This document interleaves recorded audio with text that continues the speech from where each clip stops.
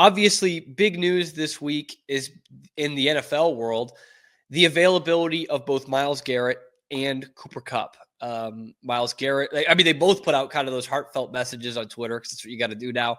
Myles Garrett saying, I love it here, but I actually really want to leave because you guys suck and I want to win something. Can't blame him for that. Cooper Kupp kind of going the opposite direction of, yeah, I love it here, but they don't want me here anymore. They're going to trade me or cut me. So bye, guys. Okay. These are two guys who could be absolutely be targets for the New England Patriots. Now, I say that because the Patriots are so bad, just about anyone on the market could be a target for the Patriots. But you look at these two, and I don't know if they're going to garner huge returns. And you do have to kind of walk a tightrope if you're the Patriots because you are rebuilding. You don't want to give up a ton of draft capital. I think Myles Garrett will probably demand a first-round pick in there because they can't really give a player of any kind of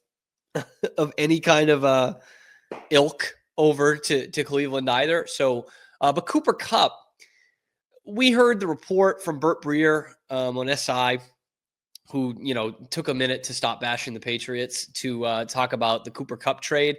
And he said the Rams said they wanted something like a Devontae Adams return. That was during the season. Adams got fetched a third-round pick that became a conditional third-round pick that could become a second-rounder. Yeah. And no team asked or gave them that in the regular season. Not surprising for a guy who's 31. I think Cooper Kupp is still effective. Don't get me wrong, but those are high premium draft picks there, and I think that market will be a little bit lighter than what they were looking for in October, say. So it could come down to the point, if the Rams are going to stay at that hard line of we want a day 2 pick, essentially. This might not be a trade. This might be a cut come March, with the cap hit gone.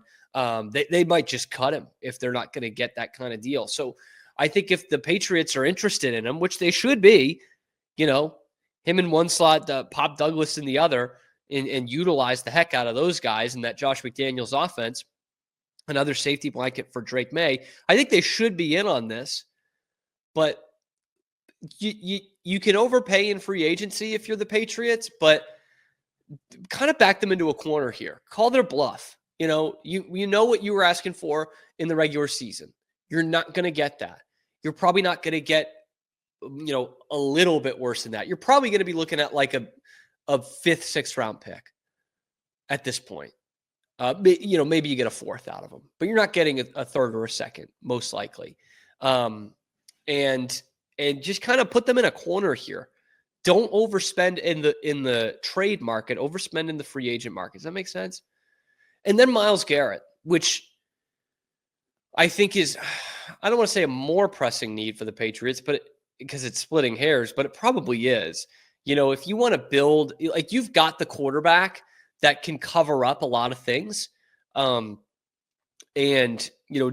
obviously not enough to make this team a winning team right now with the deficiencies you have at wide receiver, but it's already pretty clear that the Patriots are going to make a push in the free agent market for wide receivers, especially outside receivers, which they need a little bit more than the slot position because they have Pop Douglas, who should be breaking out and is, 7 years younger than Cooper Kupp. But in the pass rush, you're horrible. You the bottom of the league in sacks. You couldn't generate anything. There were several games where you actually defended okay, but you just couldn't get any pressure on the quarterback. In fact, that Rams game was one of them. Speaking of Cooper Kupp. And so having Myles Garrett opposite a guy like Keion White, you're all of a sudden back in the picture because the last couple of years you've been okay in the sack department when it was Judon on one side and, last year, 23, having Keion White on the other or pass rush specialist Josh Uche rushing the other side. But with this year, when it was just Keion White, who I think is a good player, there's just too much attention to him.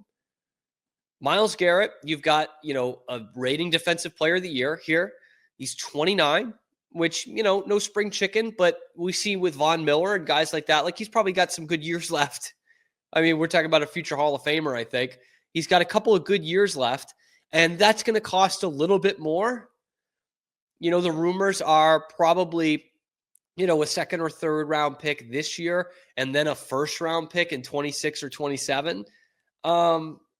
This is where it becomes really tough, because in a vacuum, I'd say, sure, you know what? They're just draft picks.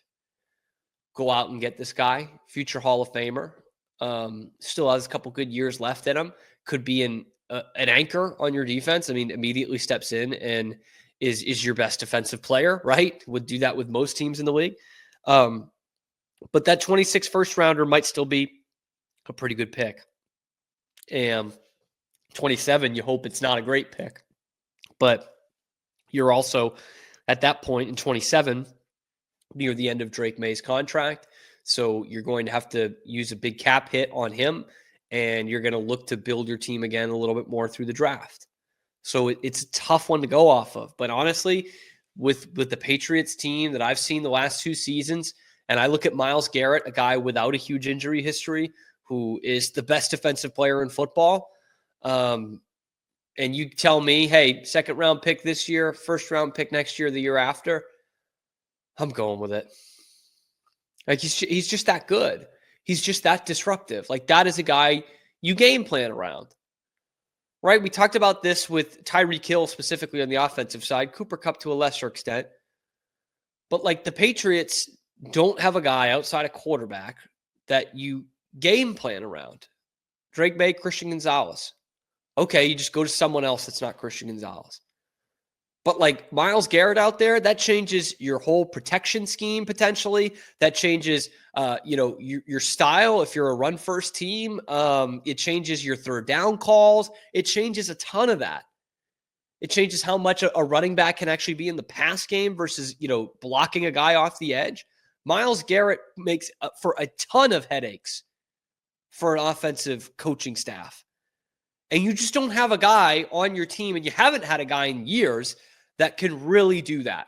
So just at the bare bones of it, the Patriots need to get better. And if you're going to use your premium second round picks on Jalen Polk, then yeah, maybe I would just ship that away for Myles Garrett. If that's what you're going to do in your second round picks. Elliott Wolf. They got one impact guy in the draft last year. One. And it was the can't miss pick. It was Drake May. Once Jaden Daniels is off the board, there was no one else they were going to pick except Drake May. That's the only one they hit on last year. So yeah, I'm okay parting with that with Myles Garrett. I get why you wouldn't be. Like I understand that fundamentally why you're still in that rebuild phase, but you just had a defense that couldn't get after the passer at all and couldn't stop the run. Myles Garrett helps you out in both of those, not just a pass rush specialist, man. He can help you out in both those areas tremendously. And every team in the league is calling Cleveland. Every team in the league is kicking the tires on this right now. I know here's the big issue. Obviously, Myles Garrett's trying to go somewhere to win. The Patriots are not going to win in the next 2 years. And there are some good teams that will be after him. Buffalo is going to need to replace Von Miller here. Pittsburgh might be losing TJ Watt. Not that they're a Super Bowl contender, but a good team, a playoff team. There's going to be some very good teams that are going in for Myles Garrett. And of course, I think Garrett, this isn't the NBA, but he'll have some say in what team he wants to go to here. I just doubt that the Patriots would be one of them. But maybe he loves the Drake May thing too. And Cooper Kupp, on the flip side, is it a place where you're going to win the Super Bowl in the next 2 years? No. But shoot, man, if all goes right, maybe you can be in that contention in the next 3 or 4 years. And you've got the quarterback there for Cooper Kupp. You're like, hey, maybe I can unlock something in this offense. And they really want me. I could be a missing piece kind of thing here. I really like what Mike Vrabel's doing. I love watching this kid, Drake May. I saw him up close and personal last year. The kid can really play. And I'm picking a quarterback to go to more so even than a team to go to. Maybe that's an attractive option for him in the trade market, or if he gets cut, then in the free agent market. But you do have to wonder about the attractiveness of this team and this organization, both in the trade market and in free agency. Drake May is their saving grace right now. He's probably the reason the coach wanted to be here so bad. He's the reason why the offensive coaches were saying yes. And he will probably be the reason why any kind of offensive free agent says yes, because of the skill that Drake May's got and the potential that he's got. And maybe it starts with Cooper Kupp. Would be a hell of an addition to this team. They would certainly need it. And now there's talks of trading Joe Milton. That makes too much sense almost. Like, of course they're going to. Like, he's not going to factor into this thing. They'll get some other veteran to be a backup. And he showed something on tape that last week of the season, unfortunately. And someone's going to want him. Maybe Cleveland wants him, as a backup to whomever they're going to draft in the top 3. Or maybe they don't draft someone in the top 3 and they go with a veteran quarterback, a wily veteran. Maybe it's Sam Darnold. And then you need a backup to him. There's Joe Milton for you. How about we throw him into a Myles Garrett trade?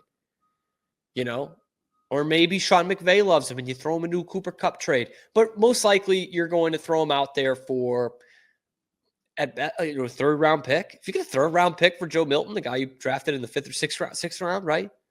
Like that's a win. That's a big time win. To get 2 3rd round picks out of Matthew Judon and Joe Milton in consecutive years, like that's a big win. And hey, if you can do that, maybe that is a little bit easier to part with something like a 2nd round pick or a 1st round pick down the line. Maybe it is. The NFL, unlike the NBA or NHL, you can still find impact year 1 players in year 3. Round 3. You've got to have the right coaching staff and the right scheme for it, but it happens all the time. But it is sad to think that the two impactful players they drafted this year were Drake May in the 1st round and Joe Milton in the 6th round, because he had a nice game in week 18 in a game that you were supposed to lose. But Myles Garrett, Cooper Kupp, these rumors are going to keep coming.